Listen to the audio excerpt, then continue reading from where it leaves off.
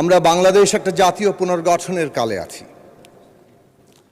এই পুনর্গঠনের প্রয়োজনীয়তা বাংলাদেশের রাজনীতিতে বহু আগেই তৈরি হয়েছিল, কিন্তু কোনো একটা রাজনৈতিক প্রশ্ন, একটা রাজনৈতিক ব্যবস্থার মধ্য দিয়ে মানুষ যে অভিজ্ঞতার মধ্য দিয়ে যায়, সেই অভিজ্ঞতা মধ্য দিয়েই সেই প্রশ্নটা দিনে দিনে গুরুত্ব লাভ করতে থাকে।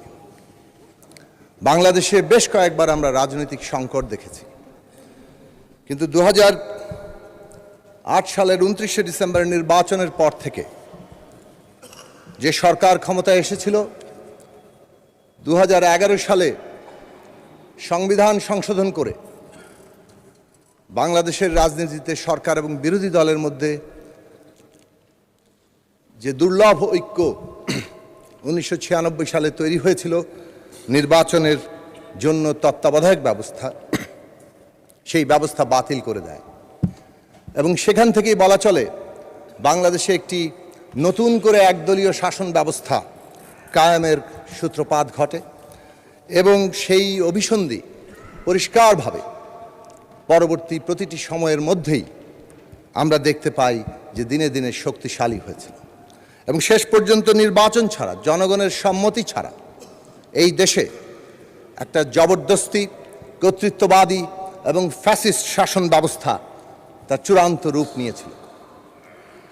এই যে ব্যবস্থা, এই ব্যবস্থা যত অগ্রসর হয়েছে ততই এই দেশে জাতীয় পুনর্গঠনের প্রশ্নটি তার গুরুত্ব তৈরি করেছে এবং জনগণের মধ্যে সেটা একটা ব্যাপক প্রভাব বিস্তারকারী রাজনৈতিক এবং কেন্দ্রীয় প্রশ্ন হিসেবে হাজির হয়েছে। রাজনীতি শাস্ত্রে একটা কথা আছে, when idea grips the society it becomes a material force। যখন একটা চিন্তা সমগ্র মানুষকে আচ্ছন্ন করে তখন সেটা বাস্তব শক্তিতে পরিণত হয়, রাজনৈতিক শক্তিতে পরিণত হয়। আজকে বাংলাদেশে 2026 সালের 12ই ফেব্রুয়ারি যে নির্বাচন অনুষ্ঠিত হয়েছে, যেখানে জনগণ ভোট দিতে পেরেছেন এবং সেই ভোটের মধ্য দিয়ে বাংলাদেশের জনগণ যে দলকে সংখ্যাগরিষ্ঠ দল হিসেবে নির্বাচিত করেছে এবং সংখ্যাগরিষ্ঠ দলের নেতা হিসেবে, সংসদ নেতা হিসেবে যিনি প্রধানমন্ত্রীর দায়িত্ব নিয়েছেন জনাব তারেক রহমান, এটা একটা গুরুত্বপূর্ণ ঘটনা যে অভিজ্ঞতার মধ্য দিয়ে বাংলাদেশের এই জাতীয় পুনর্গঠনের প্রশ্নটিকে উপলব্ধি কেবল করেননি, তাকে বাস্তব রূপ দেওয়ার জন্য প্রতি পদে পদে তার যে ভূমিকা রাখা সেটা রেখেছেন। অবশ্যই এই যে বাস্তবতার প্রয়োজন অনুযায়ী রাজনীতিকে পুনঃসজ্জিত করার যে ধারাবাহিকতা বিএনপির প্রতিষ্ঠাতা শহীদ প্রেসিডেন্ট জিয়া রহমান এবং বেগম খালেদা জিয়া, যিনি তার ভূমিকার মধ্য দিয়ে বাংলাদেশের সকল মানুষের কাছে জীবন্ত অবস্থাতেই শ্রদ্ধেয় হয়ে উঠেছিলেন, তার ধারাবাহিকতা আছে। তারাও তাদের কালে এই ভূমিকা রেখেছেন। কিন্তু বাংলাদেশে বলা চলে এই যে জাতীয় পুনর্গঠনের প্রশ্নটি 14 সালের সম্পূর্ণ একটা নির্বাচনের আগেই যারা 153টি আসন নির্বাচিত ঘোষণা করেছিল, এরকম অভূতপূর্ব একটি অবস্থা তৈরি হয়েছিল।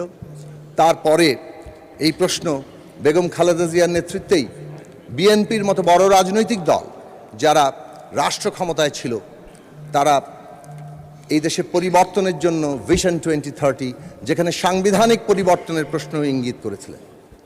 কিন্তু আমরা দেখেছি তার পরবর্তীকালে বাস্তবতা যে অনুযায়ী এগিয়েছে, বর্তমান প্রধানমন্ত্রী সেই বাস্তবতাকে উপলব্ধি করেই প্রয়োজনীয় পরিবর্তন এবং জনগণের আকাঙ্ক্ষাকে ধারণ করার জায়গাগুলোকে আমাদের সামনে হাজির করেছেন। তার ধারাবাহিকতাতেই এটা বলবো যে দলের পক্ষ থেকে তারা 27 দফা দিয়েছিলেন 2022 সালের 19শে ডিসেম্বর, এবং আমরা গণসংহতি আন্দোলন এবং আমাদের জোট গণতন্ত্র মঞ্চ, আমরা যারা 14 দফা কর্মসূচি নিয়েছিলাম, আমরা যখন যুগপৎ আন্দোলনের প্রস্তুতি নিচ্ছিলাম আরও 39টি দল মিলে, আমরা তখন ৩১ দফা প্রণয়ন করেছি। সেটা ছিল পরিস্থিতির প্রয়োজনীয়তার জায়গা থেকে আরও এক ধাপ অগ্রসর অবস্থা। সেই লড়াই আমরা দেখেছি কিভাবে তৈরি হয়েছে।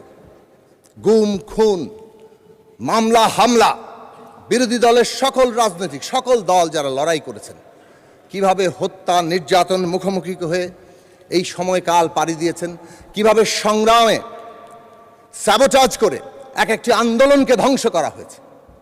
সেই সব পর্ব পাড়ি দিয়ে এই রাজনৈতিক লক্ষ্য কর্মসূচি মানুষের সামনে এসেছে। এর আগের বক্তব্য আমরা বলার চেষ্টা করেছি যে এই যে জমিন পাটাতন, এই পাটাতন তৈরি হয়েছে বাংলাদেশের সকল মানুষের মধ্যে, যে এই রাষ্ট্র ব্যবস্থা না বদল ঘটলে বাংলাদেশ এগোতে পারবে না। আমরা একটা ক্রস রোডে দাঁড়িয়েছি, যে ক্রস রোডে বাংলাদেশ এগোবে না স্থবিরতার দিকে যাবে, এটা নির্ভর করছে জাতীয় পুনর্গঠনের উপরে, যে জাতীয় পুনর্গঠন রাজনৈতিক, অর্থনৈতিক এবং অবশ্যই সাংস্কৃতিক। ফ্যাসিবাদ এই সব ক্ষেত্রেই বাংলাদেশকে স্থবির, এমনকি একটা বিপর্যয় অবস্থা সৃষ্টি করার জায়গায় নিয়ে গিয়েছিল। সেই জায়গার লক্ষ্যে দাঁড়িয়েই যদিও তারা আমি নির্বাচন করে সাময়িক সাফল্যে উৎফুল্ল ছিল, কিন্তু মানুষের মধ্যে তাদের ক্ষোভ কেবল দানাই বেঁধেছে। যে ক্ষোভের উদ্গীরণ আমরা দেখেছি